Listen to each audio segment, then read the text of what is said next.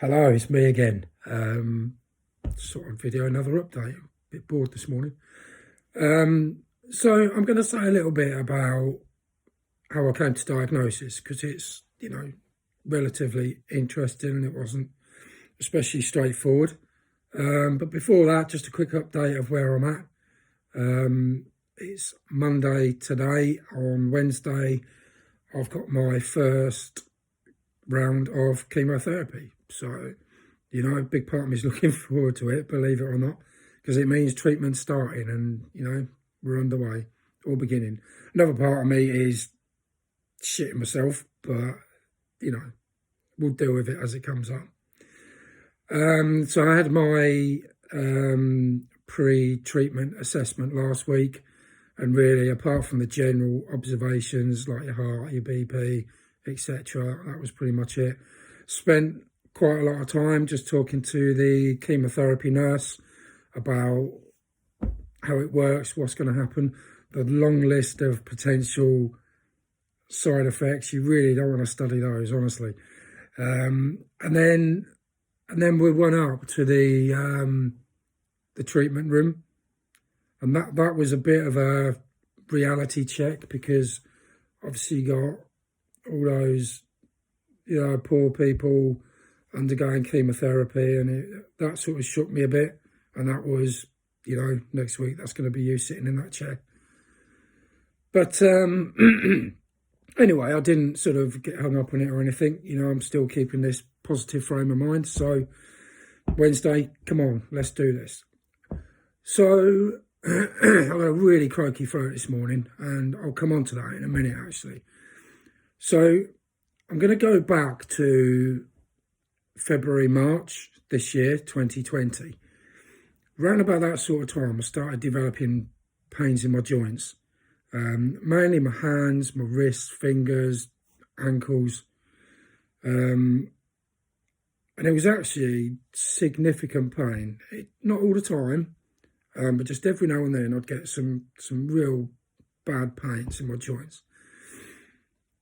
I then contracted shingles. Oh my God, shingles. I never realised how ill shingles made you. So I had the rash across my chest and around my back. There's a lot of pain. Just could not move off the sofa. I was so ill. I had 2 weeks off work with that, and, I never ever take any time off work. So that knocked me for 6. But after that, whether it's a coincidence or what, I really don't know.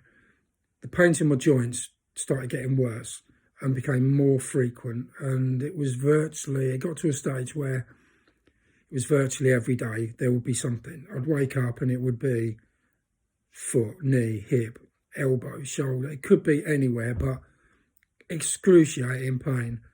On some occasions, my finger was stuck like that because if I moved it or straightened it, the pain was really off the scale.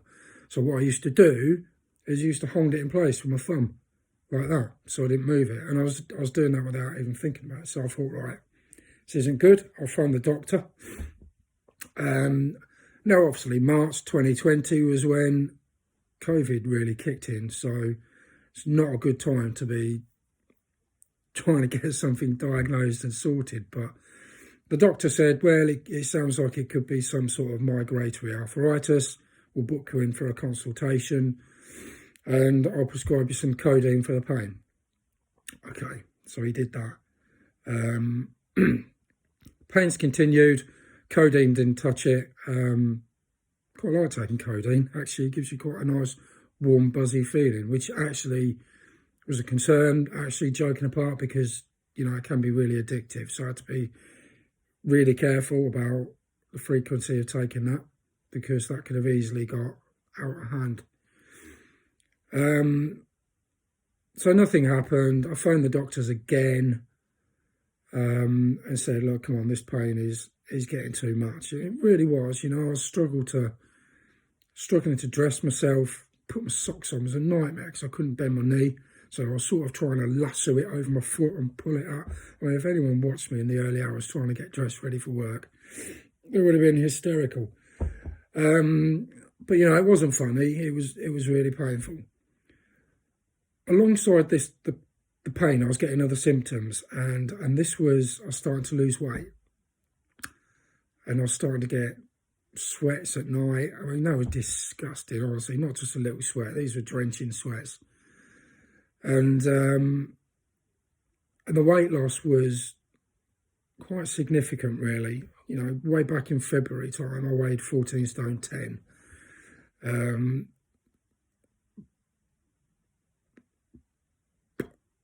Since then, my weight now is about 12.2.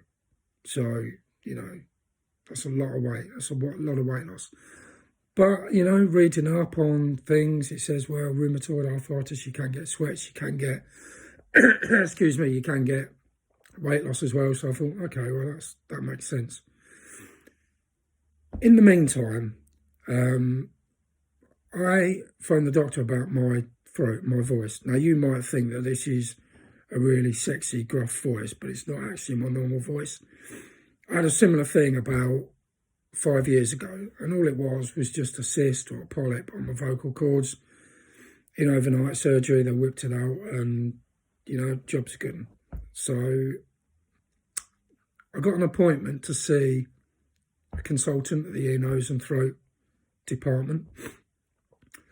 So he did an endoscopy. I hate endoscopies, really hate them.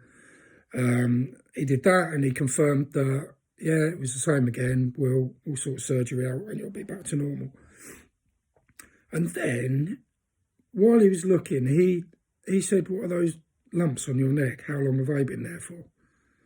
And I said, to be honest, you know, 6 months, maybe 12 months. I've been there quite a while, but I didn't think anything of it, especially, you know, we all get little lumps and bumps as we get older.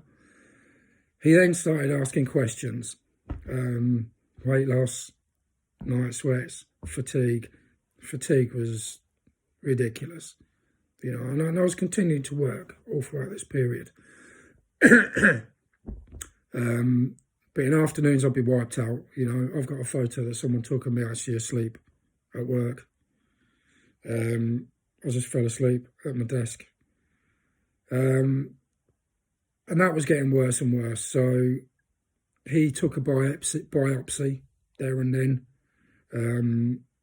He didn't say as a precaution or just to rule out. He just said, you know, he mentioned cancer, and he said, don't worry, this thing's treatable.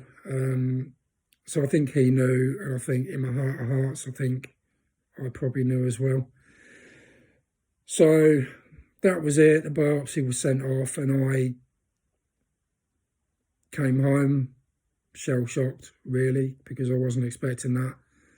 I was expecting to go in there and have one of my many stupid ailments crossed off the list, but instead I've come out with another one.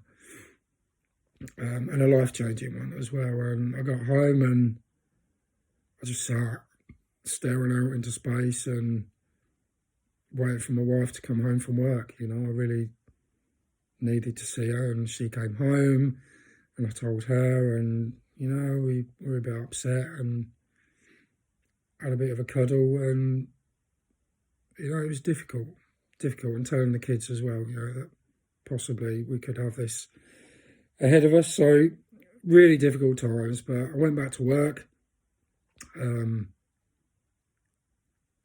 probably for about a week, I guess. And then on the way home, I got a phone call, one of those caller ID withheld numbers. And of course it was a hospital, saying that the doctor wanted to see me at 9 o'clock the next morning, which wasn't a good sign, was it?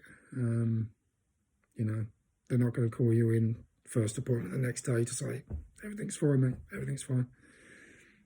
So we went along, and he confirmed that it was lymphoma, and that it was mantle cell lymphoma, which is a rare form of the blood cancer. The Macmillan nurse was in the room at the time as well, and they then said I'll be referred to haematology from this point onwards, and then it was the usual tests, you know, the CT, the PET CT, heart echo, bone marrow. That hurt, okay. You know, I've considered myself to have a good pain threshold, but that really hurt. I don't want to have that again.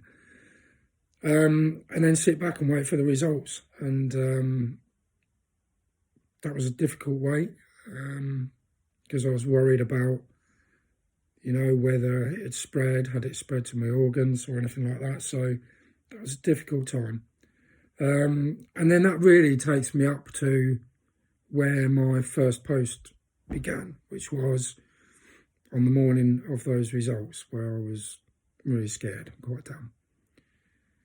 So that's it, really. That's what brought me up to this point in time. But whatever happens, I will be eternally grateful to that doctor in ear, nose and throat at Kettering General Hospital, because, you know, if he didn't, I went in there for something completely different, and if he didn't pick up on that, then I wouldn't know, and it would have got worse and worse and worse, and who knows where it will be.